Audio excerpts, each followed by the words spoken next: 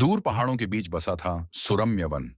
एक ऐसा जंगल जहां हर पेड़, हर पत्ता और हर नदी की कल कल आवाज में जीवन की धुन बजती थी।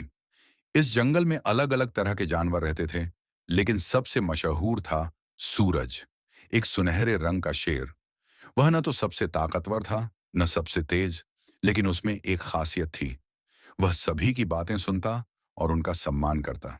एक दिन जंगल में अफवाह फैल गई कि पहाड़ के उस पार से इंसानों का एक दल आने वाला है, जो यहाँ के पेड़ों को काटकर सड़क बनाएगा।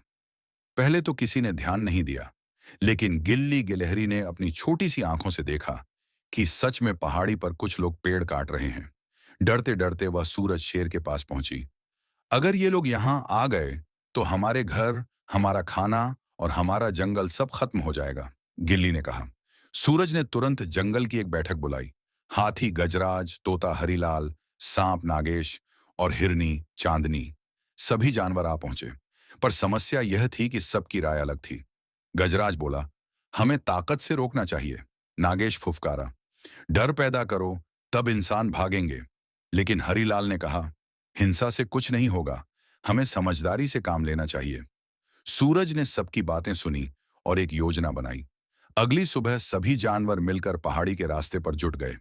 गजराज ने बड़े बड़े पत्थर लाकर रास्ता बंद कर दिया। हरीलाल और उसके तोते दोस्तों ने रंग बिरंगे फूल और पत्ते इकट्ठे करके रास्ते के दोनों तरफ सजाए।